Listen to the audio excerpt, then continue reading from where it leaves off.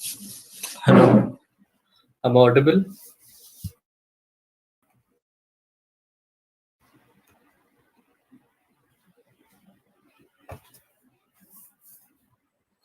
Okay, so hi, good evening, everyone. We are here today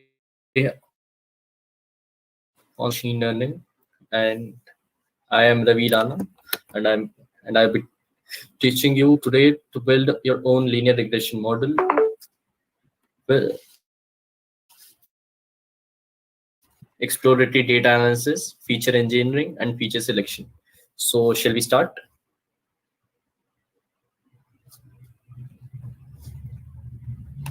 Okay, so now, so welcome to Tech Drill Day 4. So those who are joining today, about me, my name is Ravi Rana. I was the DSC lead for 2020 and 2021, and I have been practicing machine learning for the past 2 days. And I'm a fan of computers and football. So if you want to talk about anything like football, you can message me on Twitter or LinkedIn. So today's topic would be linear regression continued. We will be talking about how to build your own linear regression model. We will be talking about how you can use how you exploratory data analysis that we have studied yesterday and incorporate that to build your own machine learning model which does linear regression for you. So let's jump to the code.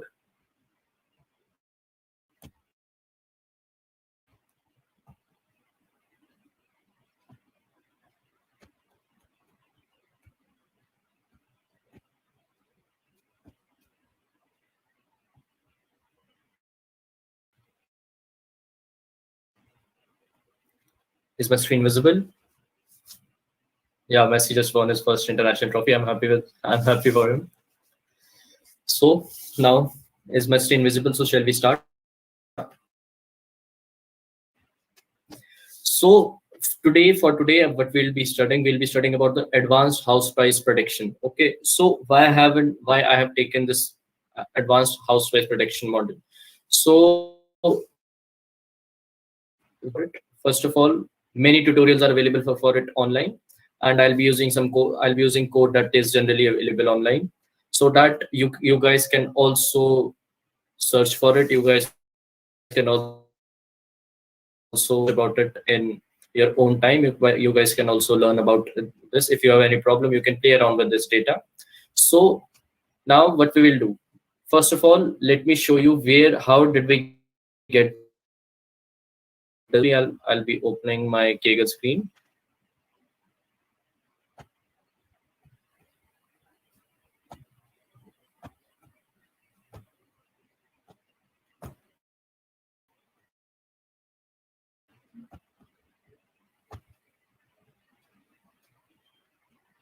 Okay, so on my screen right now is this Kaggle screen.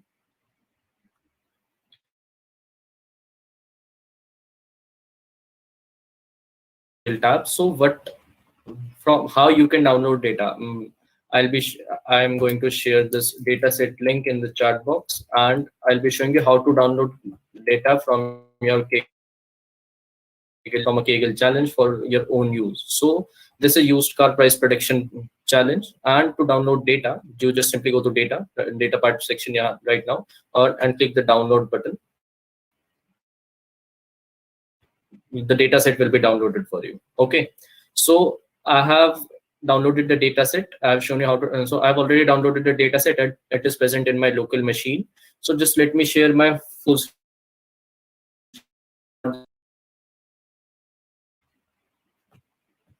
Okay, so now I have downloaded the data set in my local computer so that I can upload it. So you can just click on the download button right there, and it will be downloaded as you can see. So it is in the form of a zip file. And what does our data contain? Our data contain a train test data file and a train data file. So a thing about Kaggle is separate test data and separate train data. Okay, so in real world, what happens when you are working on some machine learning problem is that you have a single data on work on that only. So for today's tutorial purposes, we'll just be utilizing this trained data file, and for our building of our linear regression model, we'll be doing our feature analysis, features. Okay, so just let us go back to our collaboratory environment. Sorry for my slow net. Okay, now I have already written this code because the code section, the code part was great. I have used 4 collaboratory notebooks, and if I was to do like of you guys, it would be the session would go on for like 4 hours. So I'll be guiding towards each and every line of the code. So for first of all, as I've said in when I talked about collaboratory environment, you walk through of the collaboratory environment. First of all, we need to connect the runtime. For that, just simple click on the connect, and they are allocating resources for us, and now it is connecting. So first of all, you need to upload your data set onto this collaborative. It's not a very tough task. Just click on this button, and it already has some sample data set for you, but we are not going to work on it.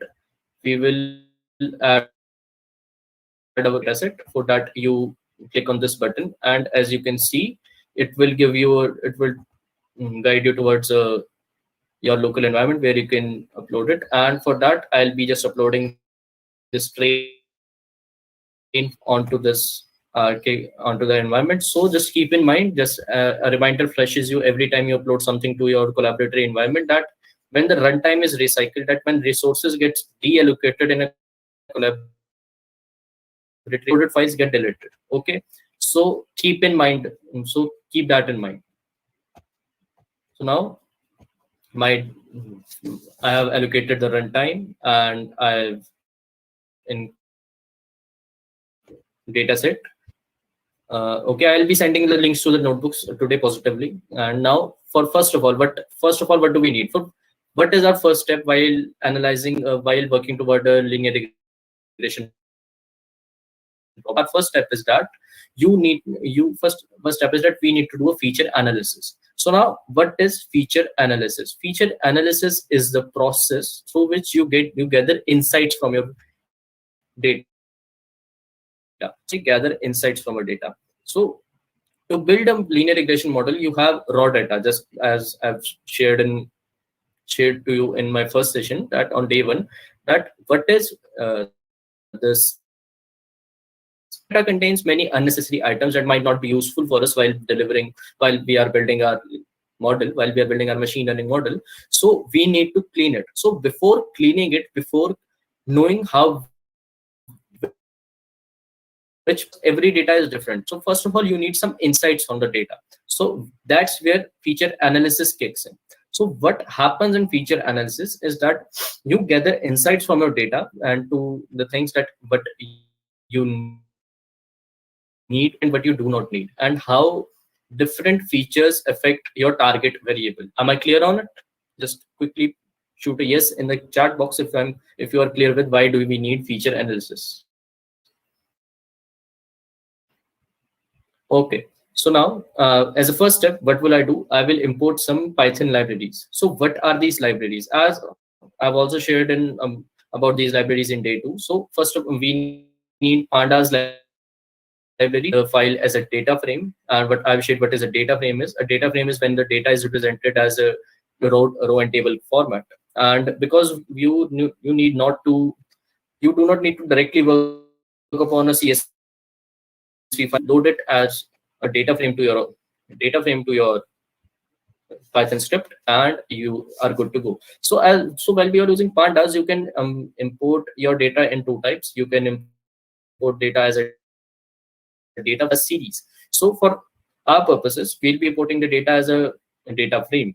So pandas is for importing your data as a data frame and doing manipulations on it. It helps us doing manipulations on a data frame. So what I'll do, I'll be So now transform numerical Python, and it helps us doing complex mathematical function. That it helps us to implement complex mathematical functions into our Python scripts.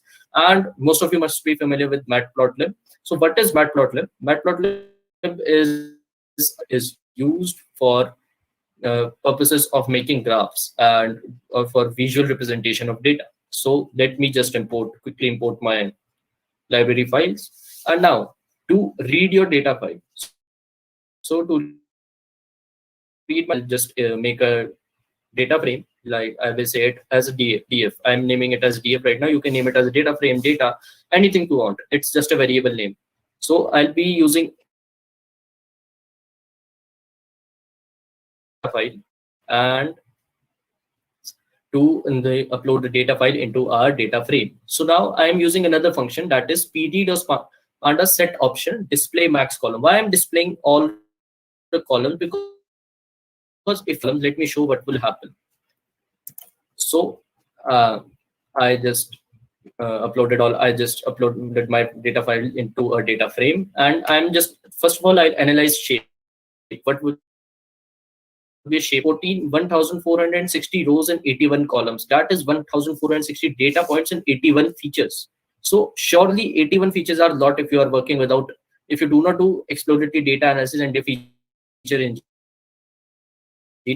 that you will have certainly a lot of features to deal with, and having a lot of features can cause high bias or high variance in your data set, which could in turn cause underfitting or overfitting. So definitely by the sheer number of the features we have, it is evident that we need to do feature analysis on it.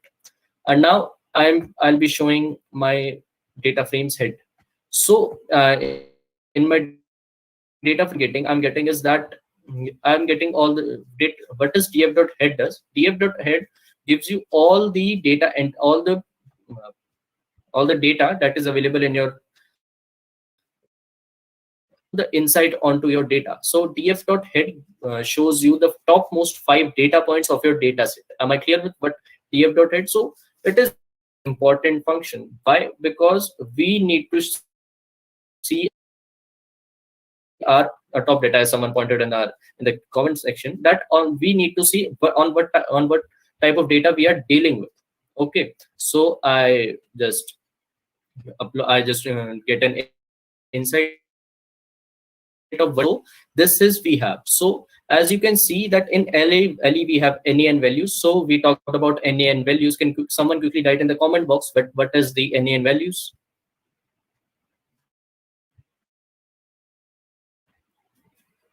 Quickly, can someone, what are NaN values? We talked in depth about it yesterday.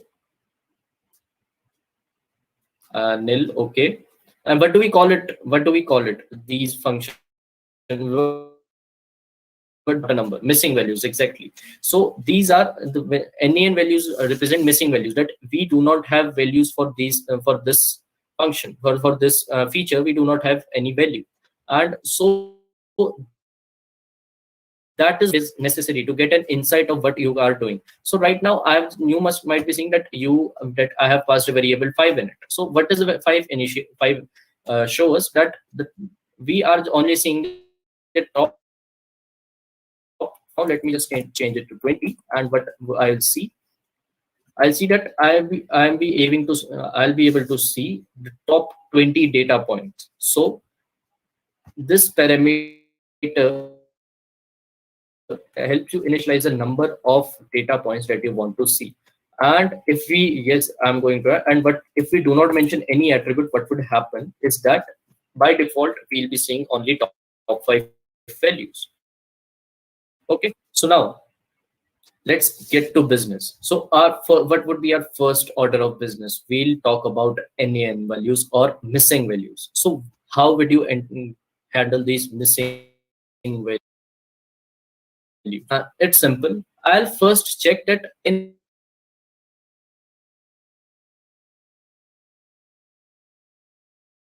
any given data set, I will be making a list comprehension. In Python, for people who are not familiar with Python, what Python is, in Python we have a type of a data structure called this list. Okay, what do we use? Why do we use a list? So list is a sort of a type of a data structure that is present in Python. So we will make a list of all the features that contains NA and values. So what will initialize it? Features with NA. I'll be using a list comprehension. List comprehension is just a for loop, a sort of a for loop that works inside the list and fills a list for us. Okay, it helps us to fill a list. So I'll run it. That I'm on the features, where features are in data frames.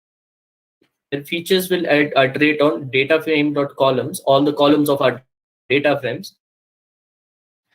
Am I lagging? Is it okay now? Let me check my internet connectivity. So now, is it okay now?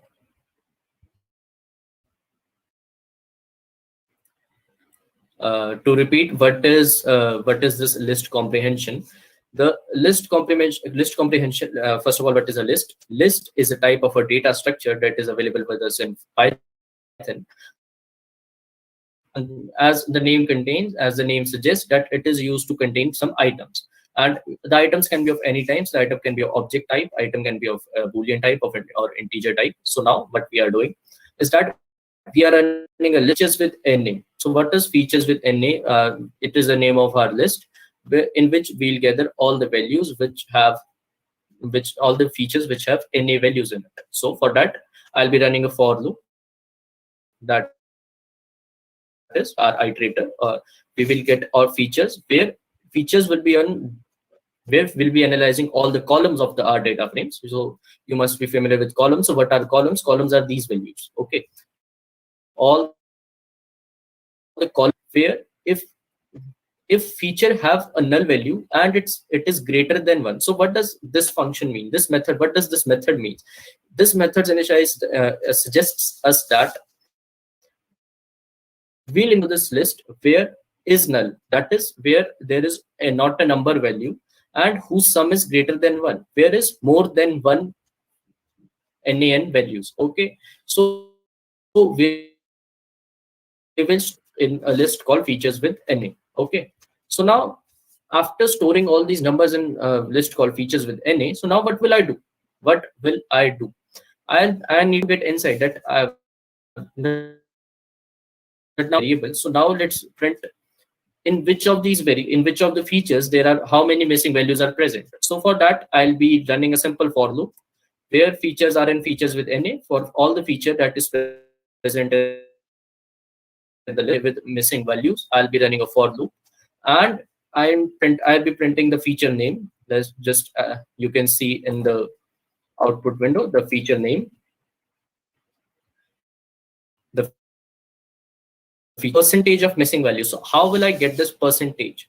So I'll get the percent dot is null. What does this method does? It methods missing values can be equal to 1. So we'll, for the sake of clarity, for simplicity, we'll just analyzing that how if missing values are greater than 1. If surely they can be 1, but if there are more than 1 missing values present, but it it gives problems for us. Okay, so what we are doing, if there is missing values present, we'll take mean of it. So what does mean mean? Mean is just simply, in simple terms, it is average of it, and we'll round it to 4. And average of anything, if you do not okay, and I'll be just printing it simply that now we have all these features which have these missing values. So in exploratory data analysis, you analyze that in which features are creating more problems for you. So we have 93% missing values. Okay, so and pool QC is a feature that contains 99% missing values, and miscellaneous feature is a feature that contains 96% missing values. So this analysis, you have an initial insight that you need to be careful for these features, that there are a lot of missing values that you need to handle. Okay, so that's how feature analysis helps. And now you might be thinking that these missing values, let's just get rid with it, let's just get rid of it. So right now we will not do anything about it. We will just take insights, and to make the changes that we have analyzed in the feature engineering, we will use a term called feature engineering. We will in feature engineering we will do the things where we will get rid of these unimportant features or these missing values. I'll surely send this code. I'll surely send this code, not right now, but I'll send you the code. So now I have calculated the percentage of missing values, the percentage of missing values present data set. Now I'll just analyze that how this affect our target variable or our dependent variable. Here our dependent variable is sales price, as you will be. This is our target variable. So you need to, what was the point of checking all these missing values? Is the whole purpose was that to get the effect on our sales price. So for that, what will I do? I'll just run a for loop where every feature for every feature in features is equal to df.copy. So why I am doing that? Why I'm making a copy of the data set? Can anyone in the chat box tell me why I'm making a copy of the data set? Quickly, please.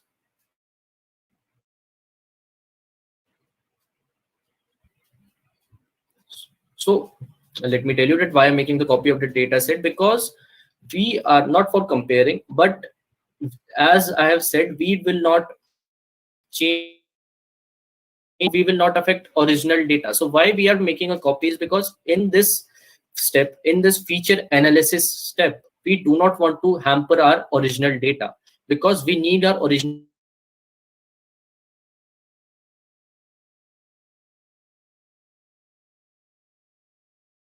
all just hit.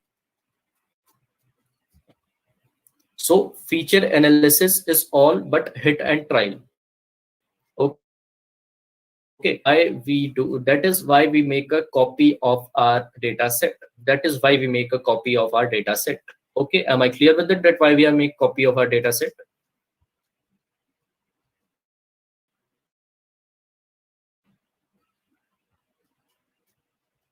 Am I clear? Sentence missed. Okay, so why I'm making copy of the data set is that because we do not need to change our original data. We do not need to change our original data. We do not want anything to happen into our original data, because feature analysis is just a part of the part of our machine learning pipeline, where we analyze what are the things that are different with our data. Okay, we take a size in feature analysis and we remove those problems in feature engineering. So in feature analysis we make a lot of hit and trial efforts. So this should not affect our original data. So that's why we, for every try, we use copy of our data set. Okay, so now we will make a variable. So now I want to check that how our missing values affect our sales price, how the missing values available. So for that, what will I do? I'll make another feature where if a null value is present, it will change it with 1 or 0. If the null value is not present, it will choose 0. Okay, so surely if I had done it in our original data set, it would cause many problems. Okay, so that's why I have done what I have done, that if that where null value is present, otherwise 0. Okay, so now I'll use a function called, I'll use a method called group by. So I'll be grouping each feature with sales price. So what does group by mean? We will compare each feature that is present in our features with NA with with aspect to our sales price. Okay, we will compare every feature with our target variable, and for that I'll be plotting a plot bar. I'll be using a bar plot for it. Okay, and I'll be giving a title of every feature for that graph, and I'll be showing that graph. So after running this code, what I have got, that in lot frontage that I have the missing values have more impact on our sales price. Similarly for alley, because it gives us insight. It gives us insight that because they have missing values, these missing values play a major impact in the price of our price of our house. Okay, so am I clear why we are comparing each feature that have a missing target variable? Am I clear? Just quickly, yes, because we have a lot of ground to cover today. So just please be quick and type yes if you got it.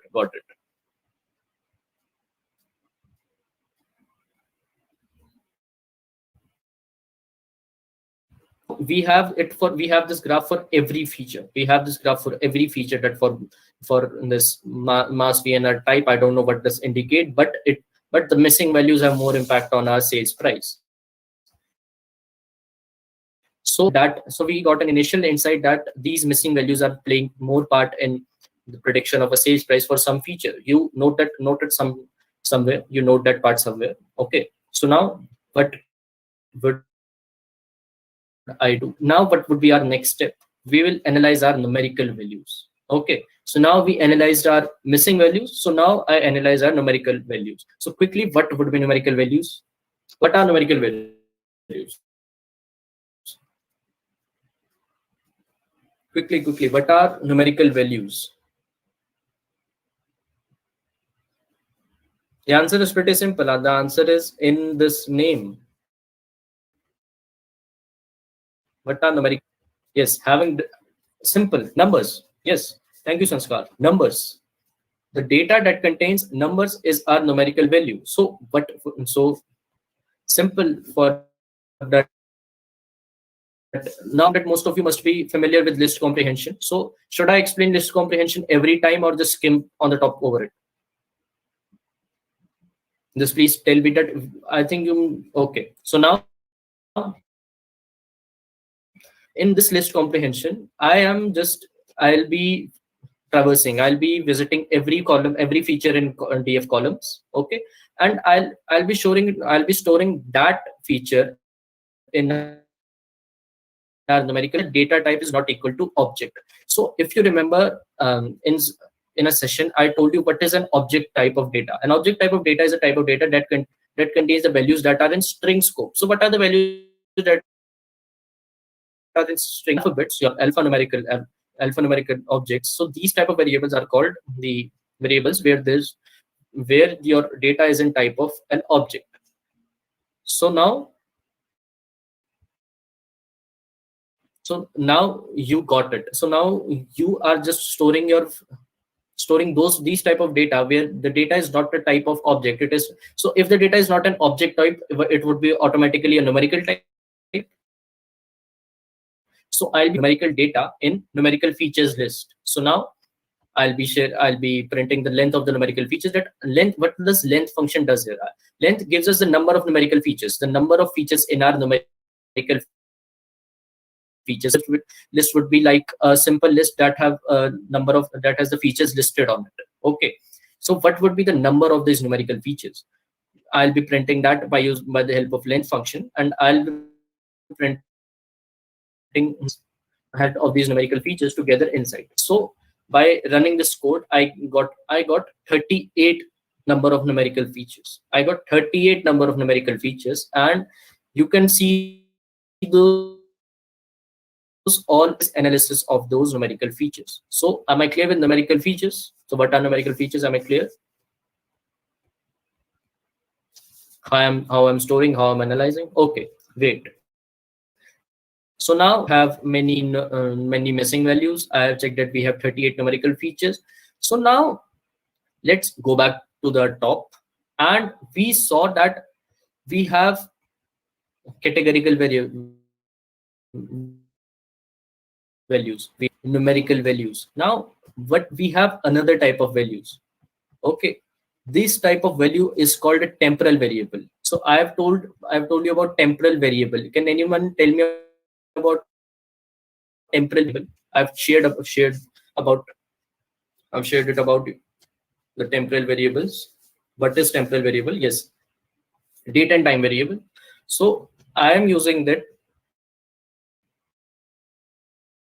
skimming on the top of our data. When we were analyzing the top of our data, we saw that we have some features that are in date that can be said that they lie as a temporal variable. That year sold, it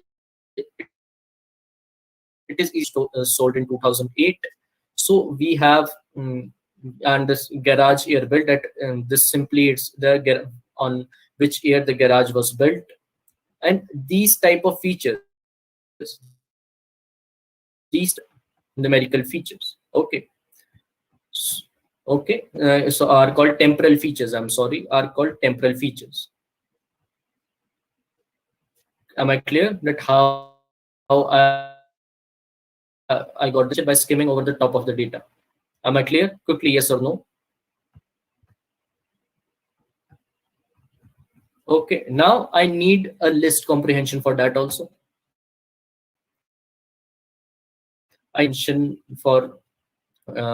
for this datetime variable, that how I'm going to analyze these datetime variables. So simple, I'll be running a list comprehension, and I saw that if we have YR or YE, this gives us a value that contains a temporal variable. Okay, but more other than date and times come under temporal. That is how value that can be changed over time. The values that are changed with time are called temporal values. Okay, so other than date and time, nothing type of values, nothing other type of data can come under temporal data. A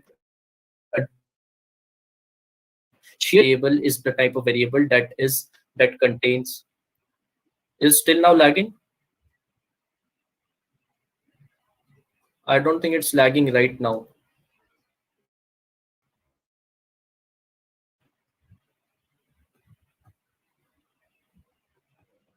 Many yes as and no, because I don't think it's lagging right now. Is it? Just tell me now. Is when I was talking about temporal variables, was it lagging then? Okay. So now, what we are talking about temporal variables is that now how do we got these temporal variables? By when we were looking through our data, and when we find that whenever whenever the column heading was containing YR or YEAR, it is a temporal variable. And for now, let's talk about data sets that do not contain year in it, in the name year in its heading. So a temporal variable, as I said, is a datetime variable. It can, so let's say you are working on another data set, and it contains temporal variables in the form of time. So let's say it contains hours or minutes. So you can take a hint from that. You all are pretty intelligent people. Now take a hint from that it is not necessary that it contains YR or year in its heading. It can contain anything that mentions date and time. And what things mention date and time? For years, we can have months. We can have this. We can have for time we have hours, minutes, second. So look through data for it. Okay, don't be having a if I've said that it contains YR or YEAR, then it is only a temporal variable. Use your brain. Think about when you are skimming through the data. Think about it. Think what can be a temporal variable and what cannot be a temporal variable. Am I clear? Am I clear?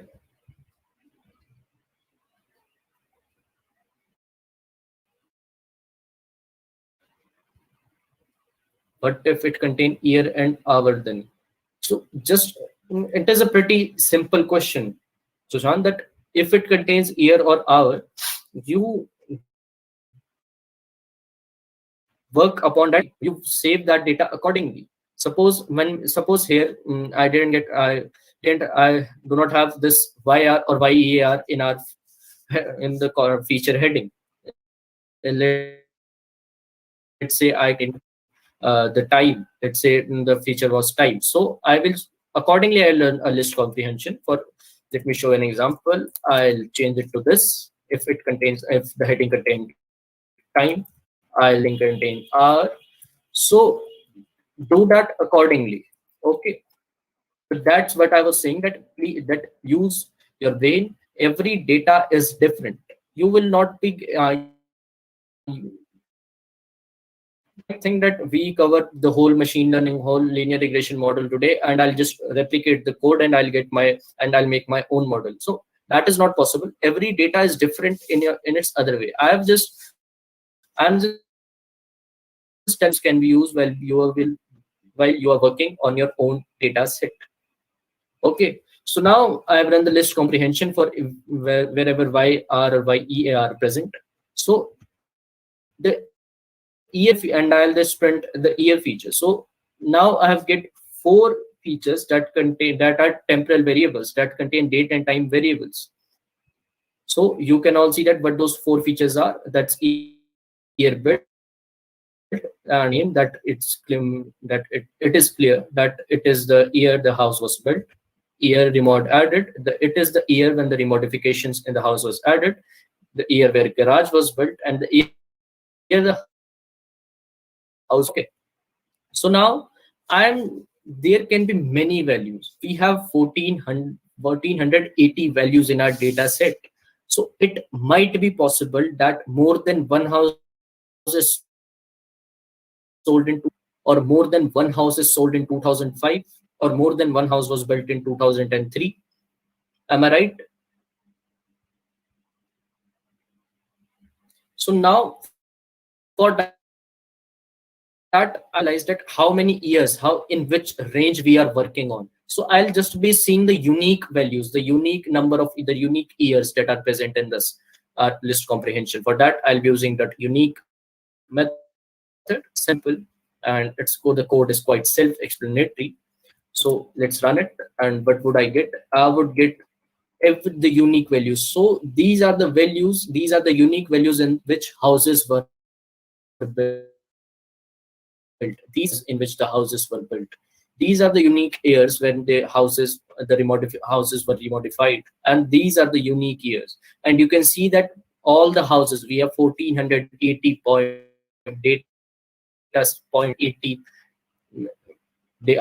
houses, and all those houses were sold in these 5 years.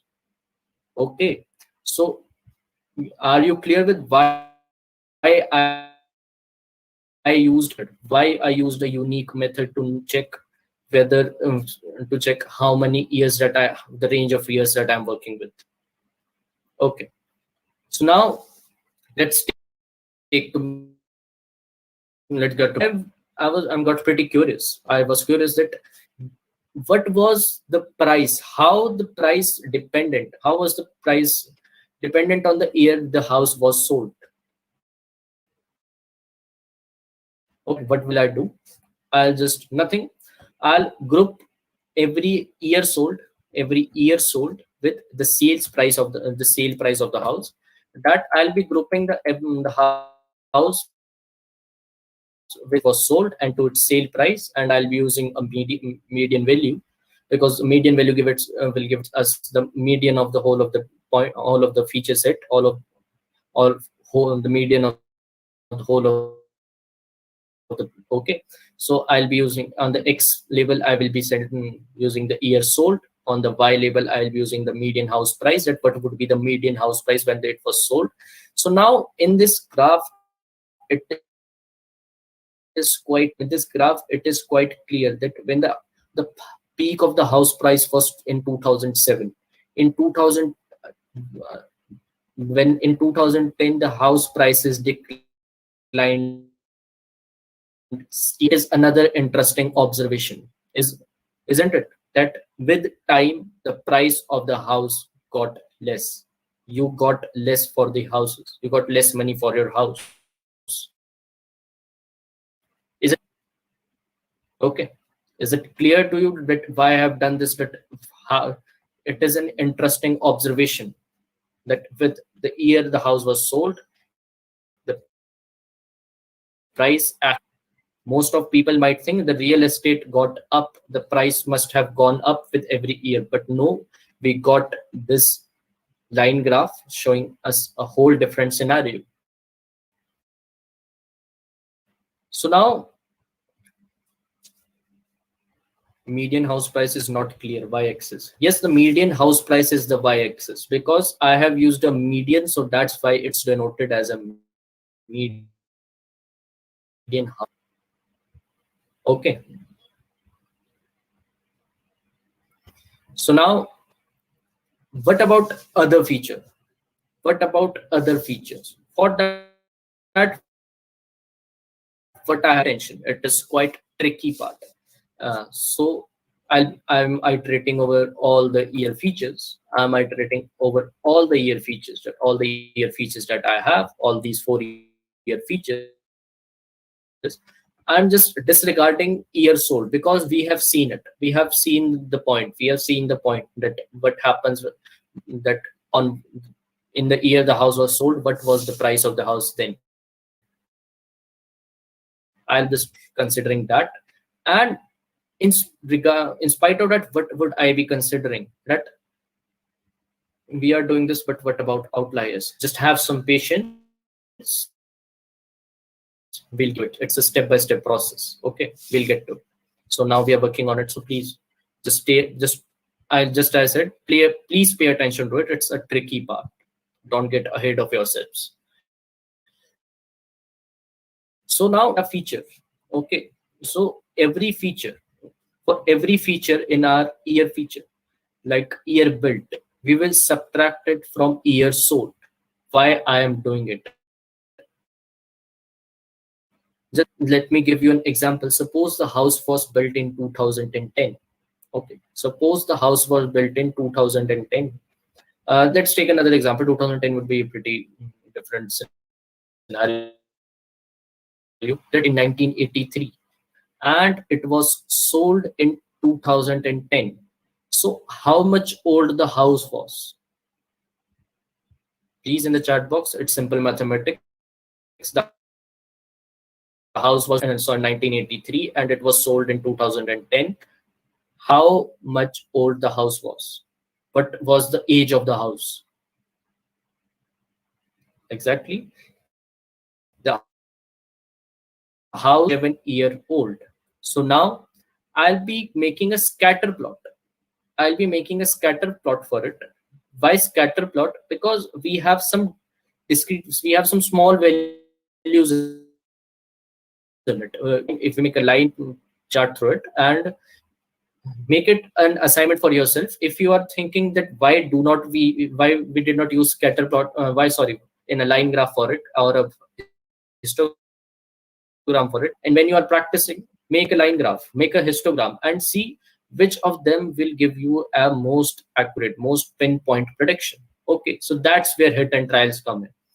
If you do hit and trial, you will get to know that which feature give you, which process give you more insights into your data. So for that, now I'm using a scatter plot and year built. So we have seen the year built. So and we have with sale price. So here now what our year built variable give us? So now we had our house in our example. We had our house that was built in 1983. It was sold in 2010. So now what would be the year built give us? Now the year built would give us the age of the house because we have subtracted it from years sold. Now we have subtracted it from years sold. Am I clear on it? Am I clear that what now our year built feature will give us?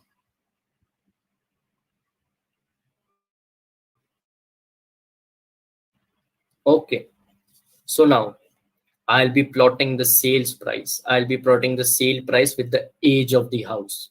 So now we can see that when the house is a 0-year old, sold a new house, the value is extreme, that you can get upwards of I can't 6 lakhs rupees. Say the amount is in dollars, but let's convert to rupees. in rupees for sake of simplicity. Okay, so now you get an insight that a new house is worth more than a house that is 140 years old. Okay, you have seen year remodification added. It means that the year it was renovated. So if a house is newly renovated, it will give you more, it will be selling for more than a house being renovated for more than 60 years. And same for garage year built. If a garage is newly built, it will give us a great sales price, but the sale price is when our garage, when the garage was built more over 100 years ago. So are we clear on it, that how we are handling these temporal variables? Are we clear with it? Just quickly, please answer quickly in the chat box. Okay, so now let's and deeply into our numerical values.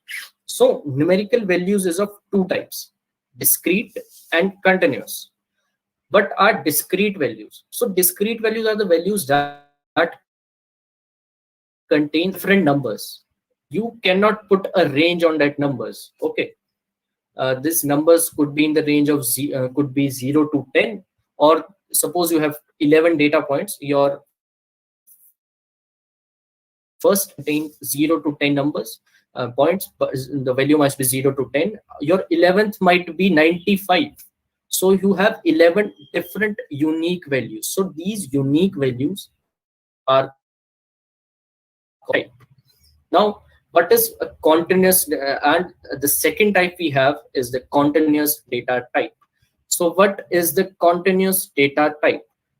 A continuous data type is that numbers will be between a definite range. So suppose you have a range, you have defined a range 0 to 10, including 0 and 10. You can have unlimited values here, like mentioned here. You can have a number of values here. Okay, but all these values would be between 0 to 10, including 0 and 10. So are we clear on what are discrete values and what are continuous values? Are we clear on it? Okay.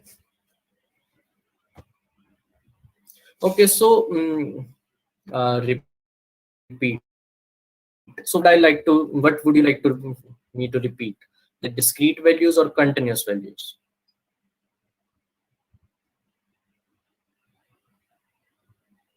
Discrete. So discrete values, suppose you are in a okay, I'll be repeating both. Suppose you are in a city, you're in a city or in a small town containing population of 8,000. So you are marking the ages of these 8,000 people. So the ages of these 8,000 people might be different, can be different. Some people might be there might be a child who's 8 years old. There can be an adult who is 40-year-old, or there can be a senior citizen who is 80-year-old. So we have different values. You cannot assign a limit to it. Suppose you have a value, suppose you have a person is, suppose if a person is 10-year-old, and in the same house there is a person who is 120-year-old. Okay, 1 2 3 discrete value 0.1. No, that's not the right concept. That's not the right concept. Just please listen to it what I'm saying right now, that unique values are the values that do not contain any limit. Going back to our age example, a person in a town, a person might be 10-year-old, or there might be a person who is blessed with a long life of 120 years old. So you cannot put a limit on it. You cannot boundary on it. Okay, so this is called a discrete value, a unique value. There are many numbers and they are all unique. Okay, so now talking about continuous value. So what is a continuous value? what? So suppose you are working, suppose you are in a class and you had a test, and the test was of 10 marks. Okay, so the whole of the class might be having marks within a range of 0 to 10. You and I are studying in a class and you got a perfect 10 and I got 0, and we had another friend who got 5. So and suppose the class is of 60 people. All the 60 people that are between the range of 0 to 10, no one would get marks. That would be, no one would get 11. There is and let me be clear, no one is using Apsara pencil that they will get extra marks for good handwriting. Okay, so you will be getting would have marks between a range of 0 to 10. So this is the difference between discrete values and continuous values. Okay, so am I clear with discrete and continuous?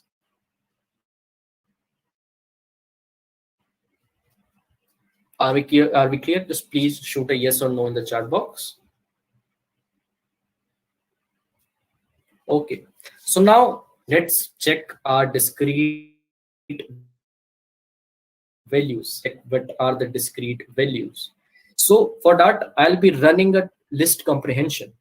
Okay, and I have already made numerical features. I had already made a list with numerical features. It is not, it would make only sense, it will only make sense if I am iterating over numerical features only.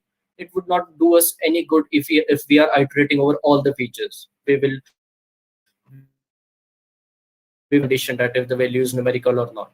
Okay, so I will be iterating over numerical features. And here is the tricky part. Here we'll check if the features are less than 25. What does 25 here means? So what I'm doing here, that I am just assigning an upper limit. Okay, I'm just assigning an upper limit that there can be different values. Okay, that does not mean that my value, please make a note of it. It doesn't mean that our value would be in a range of 0 to 25. Okay, it doesn't mean our value it be a range between 0 to 25. I'm just saying that there are 25 different values. Okay, you can do it anything. You can you can change it. Let's say now 30. So now I'm assigning an upper limit at 30, that there can be at most 30 different values. So this is just hit and try. Okay, you skim through the data, you skim through the first 20 data points, and you analyze yourself that how much unique values that you can see with the naked eye. So let's, for the sake of simplicity, let's just assign it to 30. Okay, and I'm adding another condition that id is not included in that feature. So why I have not included id? Can someone put it in the chat box? That can someone put it in the chat box, that why I have not included id?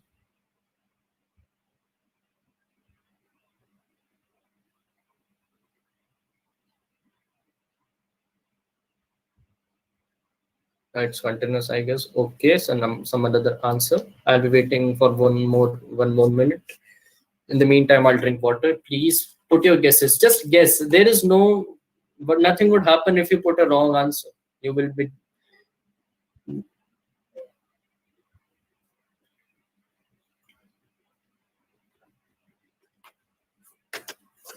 So the reason, yes, Ganesh, thank you. So the reason I'm not getting Ganesh's answer is most close to what I was expecting, is that the reason I'm not including ID is that, first of all, ID is always unique, as Pawan said. That was about to be my next statement. ID would always be unique, and ID is just an index. So for those of you who have studied database management system, who have studied database, there is a feature called a primary key in our data. Primary key is the type of data that is used to identify that data point, and you will not have any repeating number in it.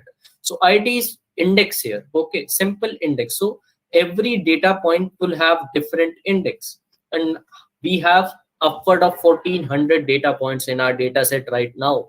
So we would have 1400 ids, 1400 different ids, and id is would be, and Can someone tell me in the chat box, is ID a good feature to analyze the price of the house? Is the data point number, which point the data lies, is a good feature to analyze the price of a second-hand house? Yes, exactly, not at all. We will drop it. We will drop it in future. So why just complicate our computation and include it while we are searching for unique features? So I'll run a list comprehension where I will saying there are upward of that, there are at most 30 different unique values, and I'm not including ID in it. And I will be simply printing the length of these discrete features, that how many discrete features I have. So I have 17 discrete features. So let's show you what these 17 discrete features are. So these are your 17 discrete features. And let me show you the insight that what would be the top 5 discrete features. So these are the top and these are the discrete features, and these are the top 5 data point that they have at most 30 different values. Okay, so is discrete features, that how we are finding discrete feature, clear? Quickly in the chat box, please. Is it clear that how we are finding these discrete features? So okay, I'll be proceeding with. Now here come the analysis part. Now we'll analyze how these discrete features affect our sales price. Okay, for that we'll using our good old friend, we will be iterating on all the discrete features. You might be comfortable with it, so I'll be skipping these two. I'll be skipping and explaining these two statements from the next example onwards, from the next code onwards. So we'll be using our old friend group by feature. We'll be grouping every feature with the median sale price, and our X label which provide us with these feature name, and our Y label is, as tradition says, jaise itihas kehta hai, our Y label is always our target variable.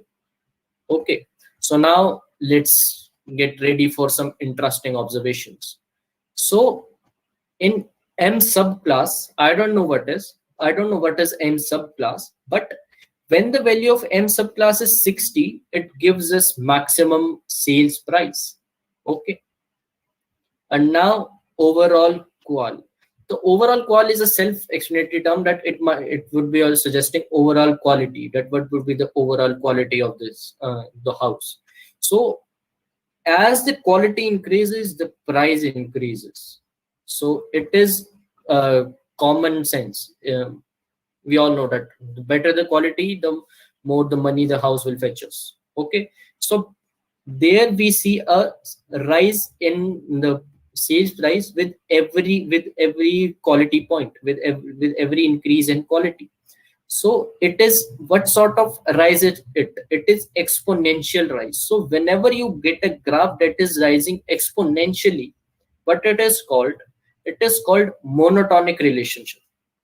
Okay, when there is a monotonic relationship between y and x, that is that every value, that is with every increase in every value of x, there is a gradual increase in every value of y. Okay, so let's see some more observations and some more. When the overall condition is 5, we have the maximum sales price. Okay, and some another, we have 17 different features, so 17 different observations, and you can analyze it when I'll send you the code for this notebook right after this session. So now, are we clear with discrete features and the analysis of discrete feature on the sales price, and what a monotonic relationship can be described as?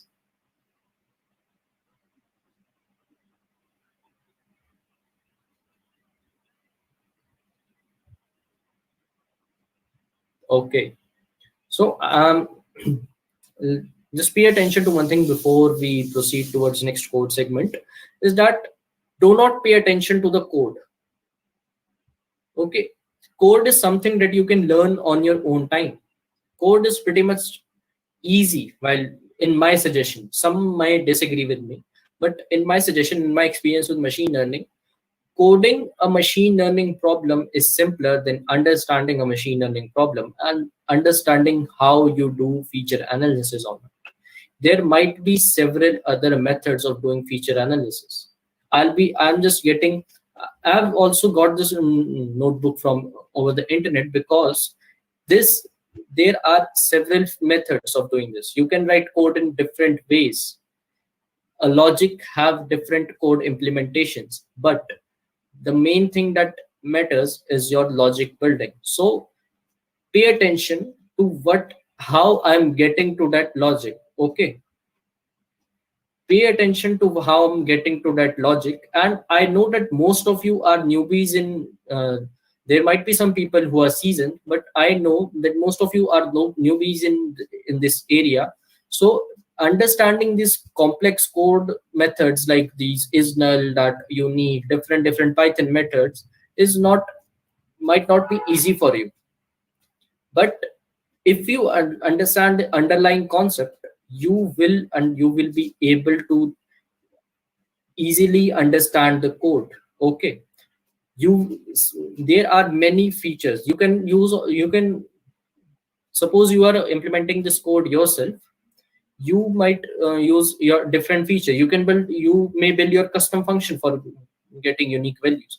But what the thing that matters is that you are getting these unique values, and how you are getting these unique values, how you are getting these discrete features, how you are getting these continuous features. But ideas are going inside your head while you are getting these discrete features and while you are getting these continuous features. See, nobody remembers all the features that are all the functions that are present in the pandas or in NumPy, and nobody remembers all the features that are present in the scikit library. Okay, but what do we know? But how do we know that where to apply that function, where to apply that feature, is by understanding logic, is by understanding that now I'm here, that I will be using this function here, and we have a function for inbuilt function for it and present in the pandas library, so I'll use that feature. Okay, so don't worry if you are not able to get all the concept of the code, just focus on your logic building part. Okay, is every machine, every practitioner, every developer, every senior or junior developer need to go through Google and documentation to remember the code segments. So just do not focus that you will learn all this today. You will learn all these functions today and you will be a polymath in it. Okay, so now getting back to track, and it was enough of the gyan. So now getting back to track, we have used discrete features, and now we need to know what are the numerical features in it. What are the continuous features in it, in our data set. What would be are the continuous features would be in our data set. So let's say we had our data set, we removed all the discrete features, we removed the ID column from it. So what did we get here? What did we get here? What was left? If all the discrete features in the numerical features were gone, if the year features, if the temporal variables were gone, if the ID features is gone, what features would be left with? Please, can anyone help me in the chat box? That what features will we get if we take away all these discrete year feature and this ID from your numerical features? What type of features are you left with? Not categorical, not relevant. We would get categorical are not numerical features. Categorical are object type. Okay. Yes, Naveen, we would get continuous. Naveen and Ganesha, right? That we would be left with continuous features. Simple logic that if you have a basket of oranges and apples mixed, you take away all the oranges, but what you get is all the apples. You would not.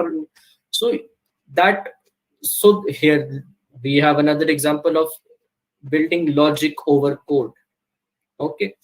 So we applied logic that if I take away all the discrete features, if I'll take away all the year features or the temporal features here, or in the ID feature, what will I get? I'll be getting continuous features. Okay, so I will not write a complex code for it. I will just get the number of continuous features. Okay, so now how many continuous features are present with us? We have 16 continuous features with us. Let's list these continuous features, and these are the 16 continuous features in it. So now let's analyze the continuous features. Let's analyze it. So before showing you the graph, can someone tell me, for continuous distribution, we have some sort of a graph for it. We call it, what do we call it? A bell-shaped graph, a bell-shaped graph for continuous variables. What it is called? We have studied it in our running graph. No. It's simple. It's simple. We have, most of us have studied in our statistics chapters in our high school level mathematics, that when you have a continuous values, that your values lie between, say, a range between 0 and 1, and you are plotting a graph, what type of graph do you get?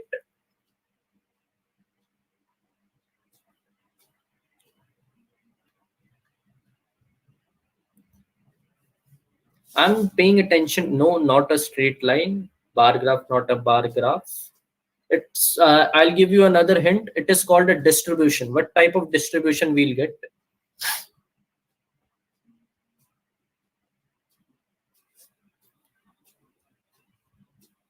So let me give you another example. Let me help you in another way. That this is your line, and this type of graph you will get. What type of graph it is? What type of distribution exactly it is called? What type of distribution it is? Yes, exactly. Normal distribution. And the sibling of the normal distribution is called Gaussian distribution. Okay. So whenever you have continuous variables, they are check for Gaussian distribution. Why check for Gaussian distribution? If you do not have if you do not have Gaussian distribution in it, so it might happen that your graph would be skewed. So what would I mean when the graph is skewed? We saw that this is a normal Gaussian distribution. Okay, and this distribution between 0 and 1. So can I say that this graph is skewed towards 0? Can I say that? Yes or no? Yes, exactly. The graph is skewed towards 0. So what do we need right now? To change it into Gaussian distribution. And to do that, what we'll do, we'll change the graph to it. So this distribution, if the Gaussian or a normal distribution is not present, if it is not present, it suggests you that the graph is, that your data is skewed. And what is skewed means that it is skewed towards a single data point. So would you want to work with a skewed data set? Would you? Yes or no? Would you want to work with a skewed data set? Do you want to work with a data set that is dependent towards one value? Yes or no, please? Exactly, no. We all want a data which is distributed normally. What is skewed? I just explained, Sushant, that skewed means skewed towards a sim data point. So I explained through this graph that when our distribution is like this, or it is skewed towards another data point, it is skewed towards this, or this. It is called a skewed. It is called skewed data. And what are we aiming for? We aiming for normal data, and this is the distribution for normal data. Okay, so are we clear with distributions? Are we clear with skewness? Okay, so a little assignment for you: read more about skewness.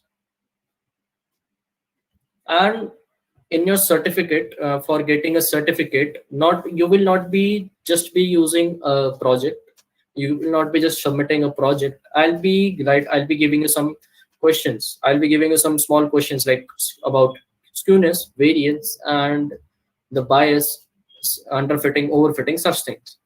And i and you need to, and you will need to write your own words. You will need to write your definition, that what do you understand. And I've made a flag check mechanism using NLP that would check your answers. If that answer is not present, if the answer would be accepted if it is not present on internet.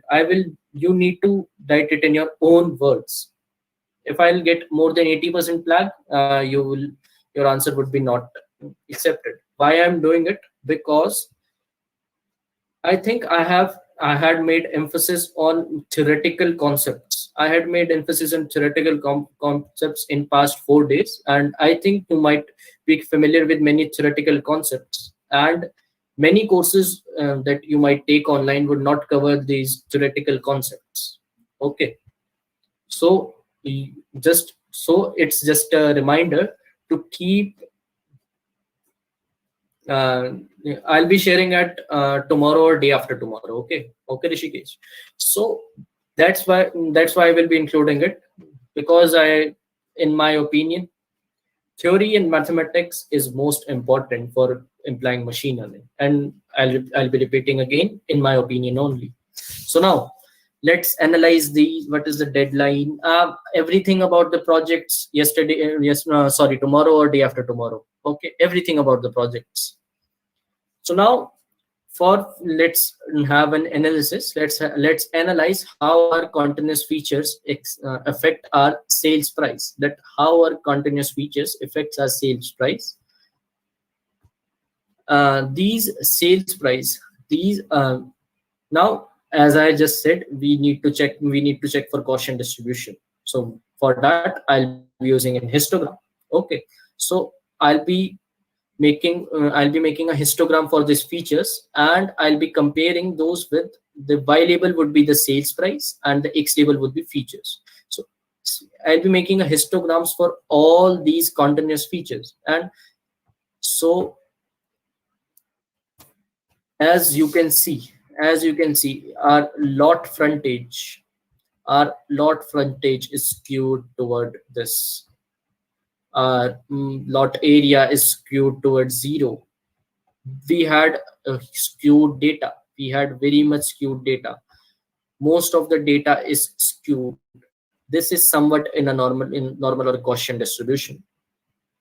This is somewhere in Gaussian distribution. Okay, so we get that this is skewed. So now let's remove skewness from the data. Okay, let's remove it. For that, what will we use? We will use the log normal transformation. And what is log normal transformation? It is simple, that we will just take a logarithmic log of that data point. Am I clear when I say we will take a log of that data point?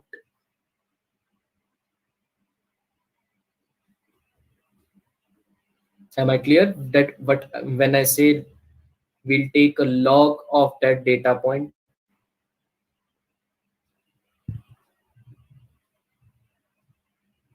Yes or no?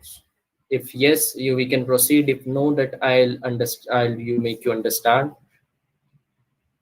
that anyways I see less yeses. So let me just tell you what I mean when I say we'll take log of that data point. Is simple.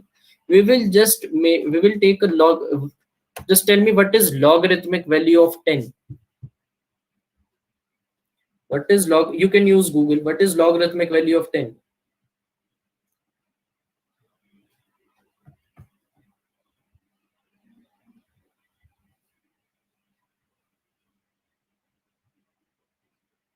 Yes, we are talking about base 10. So we will have, suppose we have a data point that has a value 50. Okay. By what I'm saying that we'll take log of that data point, that we simply take log 50 base 10. Okay. That is simply log normal transformation, that for every feature we will take log of every data point. I hope I'm clear now with log normal transformation.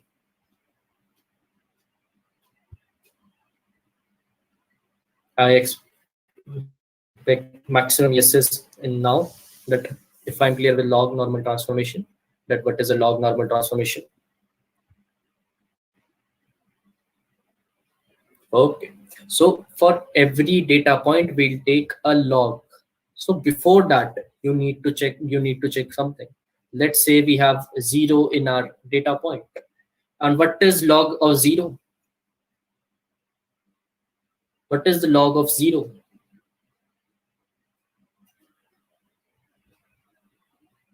What is the log of 0? It is common. It is not 1, not 1, not 1. Yes, yes, Abhishek, you're right. Log of 0 is not defined. You're undefined. You cannot define log of 0. So for that, what you will do, if I get 0 in any feature, any unique value, if any value in feature is 0, what will I do? I'll pass. I'll pass. I will not consider it. Let it say stay 0. I'm not in a mood to handle undefined value in my data set. I already have missing values. I already have outliers present. Okay. I'm not in any mood to handle these 0 values. If 0 is present, we'll pass. Else, we'll take simple log of the data, log of this feature, and I'll, for the sake of teaching, for the sake of understanding, I'll just be taking log of the date sale price, our target variable also. And why did I take the log of a sale price? Is that when I'm plotting the scatter plot, it will be more clear. Otherwise, sale price values are in lakhs, and when you take log of something, it shrinks. So suppose you have lakhs here and you have 3.0 there. So your visualization must be empty, must be tiny. Okay, your if you did take this, if you take the 0 very large values, your visualization would have been very tiny. So if you take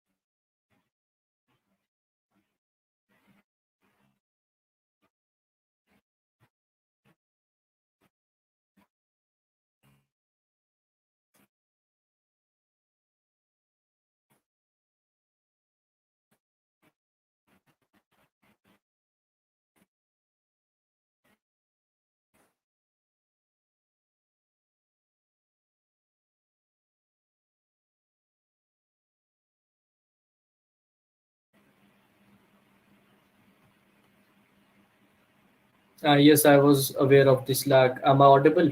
Am I audible now? Okay, so sorry guys for that. Mine due to this, due to bad weather. I'm in Himachal right now, and but the cam is stuck. Let me just turn off the cam. And due to this bad weather, my internet has been little fluctuating from the morning, and I just connected it to my mobile hotspot. So if is my screen visible? Just give me a second. Just give me a second.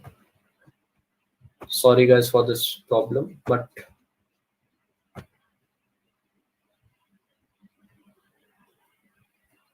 okay. So I guess now my screen is visible and I'm clearly audible. Okay, great. So where did we left? We left about when we ignored log of 0. Am I right? Uh, was we able to understand the log of 0? That why we understood why we passed where we get 0 values. Okay. So now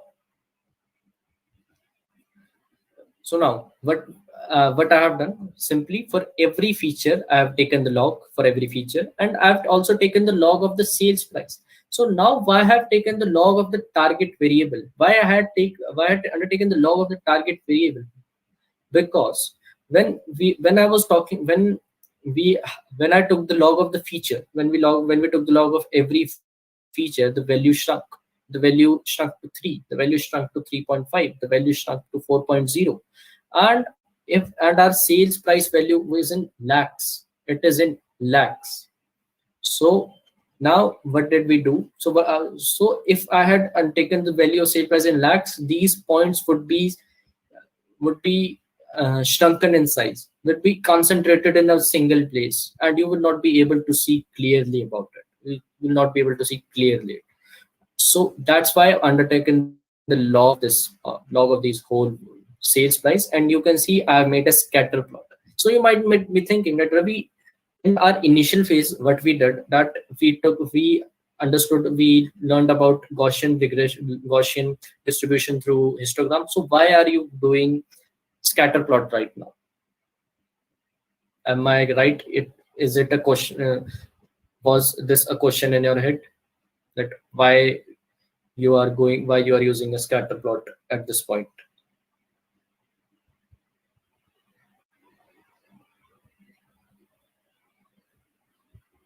Yes or no? Am I audible? Yes or no?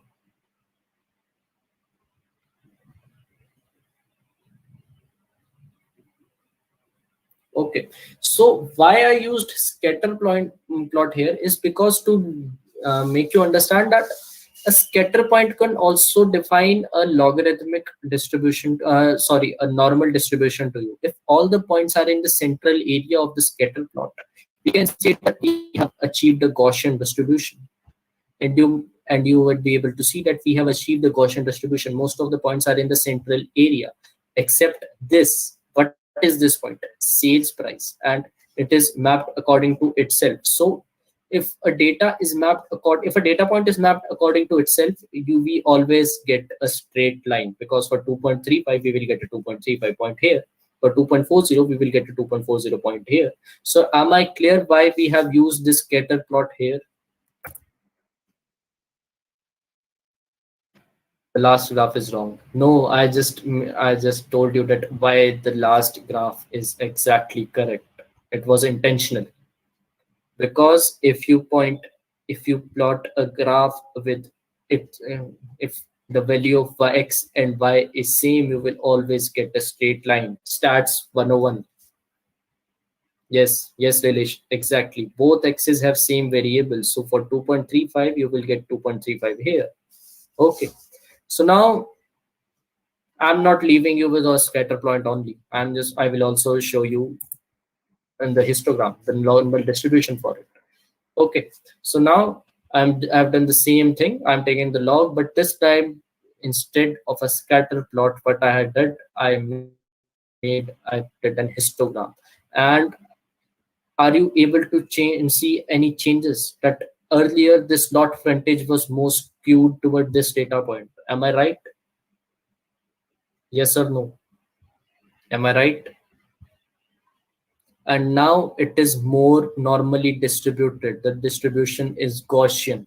So have we removed skewness from our data? Yes or no? So this is how you remove skewness from the data, by taking log normal distribution. So now Coming to outliers, some of your people favorite topic, outlier. So let's recap what an outlier is. An outlier is a data point that lies outside the boundary, that if your points contain value between 0 and 10, your outlier would be a value that was 95. It is different from those others. So for that, what will I do? And before coming to outliers, that what are outliers, how we find outliers, what we need to understand is where outliers are present. So in discrete values, we have seen that discrete values can contain different values. Discrete values contain different values. Say there is not a limit defined. Okay. So it only makes sense that outliers are only present in continuous features. Am I clear on it?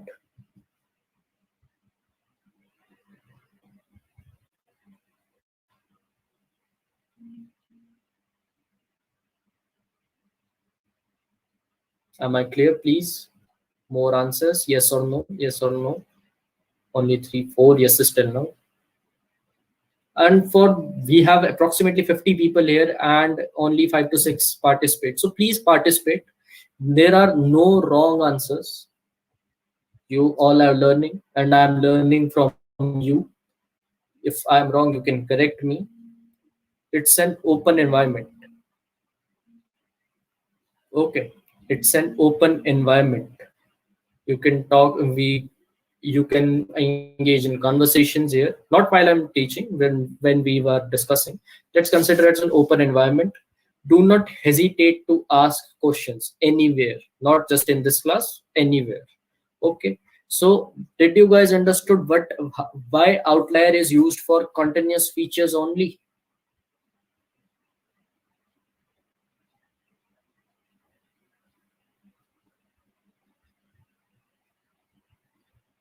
Okay, we have a no. Thank you, Shahrukh. Thank you. That now I'll be explaining that again. That where we are using this outliers. So, Shahrukh, Let's talk about this. These outliers are the variables, are the values that are present outside limit, that when every value that, say you have 11 values and 10 values are present in a similar range, but the 11th value is outside the bound. The 11th value is outside your index. Suppose you have a 0 to 10 here, and your 11th value is 25. So is it an outlier? Yes or no? Please, Shahrukh, quickly. Yes or no? Yes, it is an outlier. So we studied about discrete features. What are discrete features? In discrete features, we can have unique values. We have unlimited unique values. So there is it a way? वहां पर outlier define करने का कोई तरीका है? Yes or no? Is it a way to define an outlier there?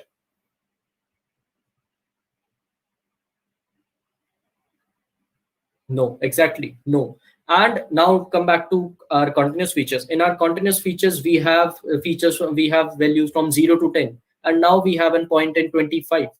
So now we can say that yes, this is an outlier. Now, am I clear why outlier is used in count and continuous features only? Okay. Thank you, Shahrukh. Thank you for the answer. Please repeat. Okay. So, did you understand that an outlier, that in a discrete value, in discrete values, we can have many unique values, unlimited unique values, Sushant? Yes or no? Okay. So now you have a unique value. Let's come back to our example when we were talking about the ages of people in our town. Okay, so there can be people with an age of zero. Let's say there can be in the age of months. Okay, they can be 5 months old. A baby could be 5 months old. A baby could be of 1 year old. An infant could be of 2 year old.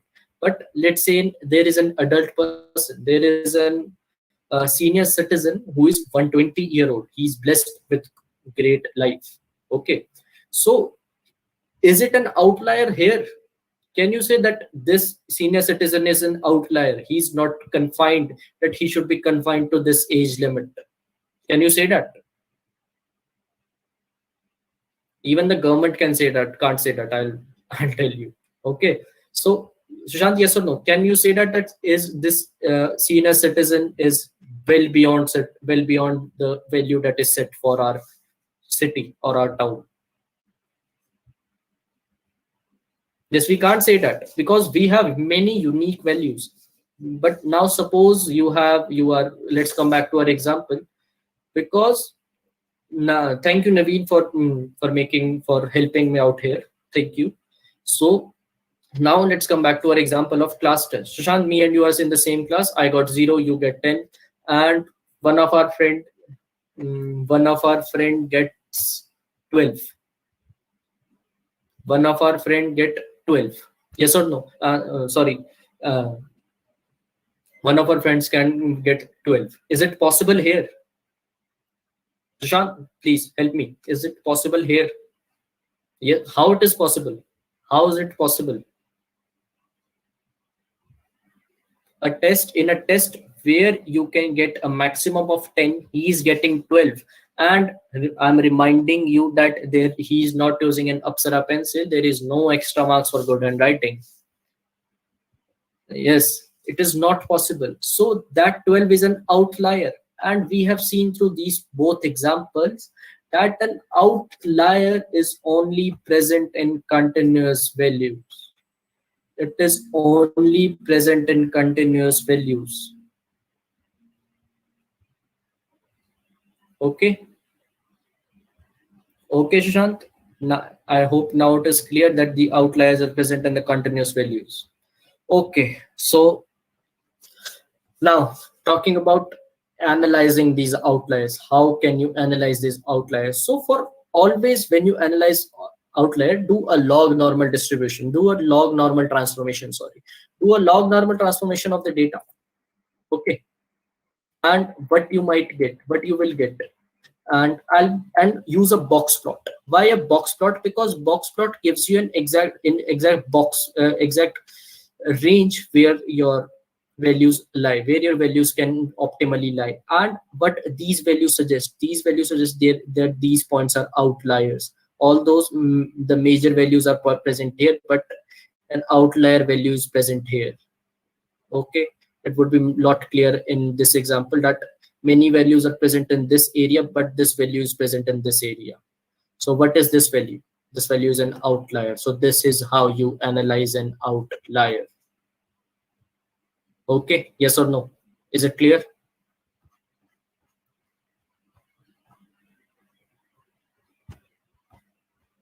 Okay, so the time has been 8:45. People are leaving, so we'll be continuing with these feature analysis. We have done till outliers. Someone please mark it. Sorry, Sushant, but the number of attendees are decreasing, and I might need to. Some people might need a rest. That we have covered a lot till now. We have covered a lot, and even I need a rest. Sorry to say that we have covered a lot till now, and I'll be covering the whole of this machine learning project, and we had enough for today. So thank you, Mukul. Thank you. Can you please share the? Yes, I'm sharing the code right now.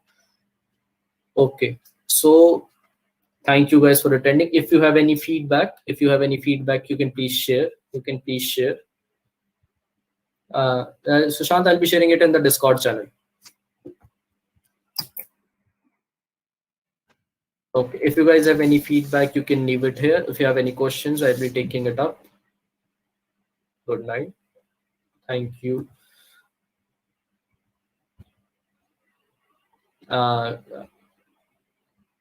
Is there any use of operating system is a core subject. If you are learning, you should learn operating system, you should learn computer networks, you should learn database management system, because you are an engineer.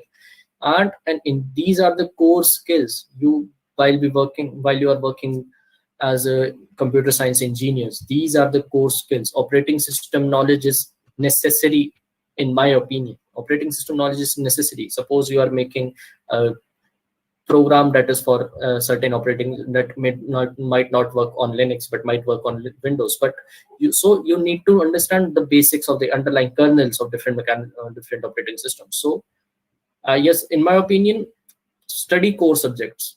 Just pay special attention to your operating system, computer networks, and database management system, and data structure and data structure and design and analysis of an algorithm is a given. Okay, if any questions.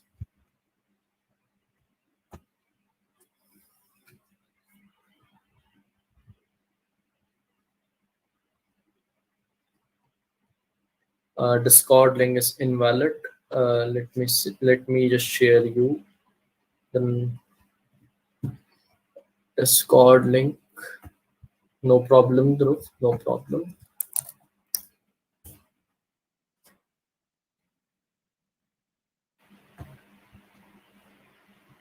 If you have any doubts and you're not able to get on Discord, you can message me on Twitter or you can message me on my LinkedIn ID. I'll be mentioning my Twitter handle right now.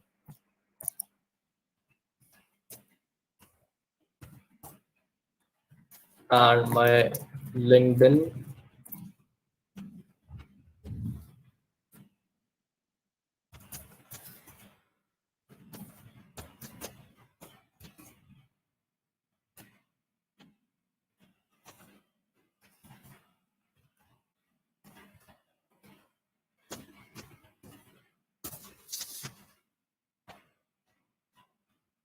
Thank you, Naveen, for sharing the Discord link. And if you have any problem and you will not be able to get on to this Discord channel and you need to get in touch with me personally, you can message me on my Twitter handle and my LinkedIn or my LinkedIn.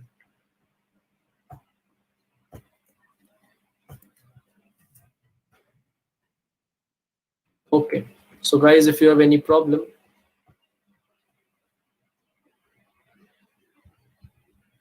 we will be doing feature engineering also tomorrow, and categorical part of the feature or feature analysis is left. We'll be covering both of them tomorrow.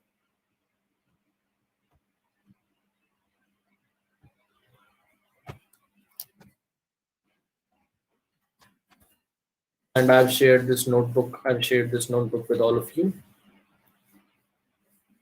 Okay.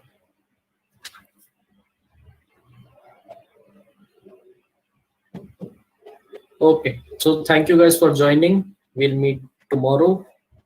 Good night. Have a great day tomorrow. Thank you. Bye.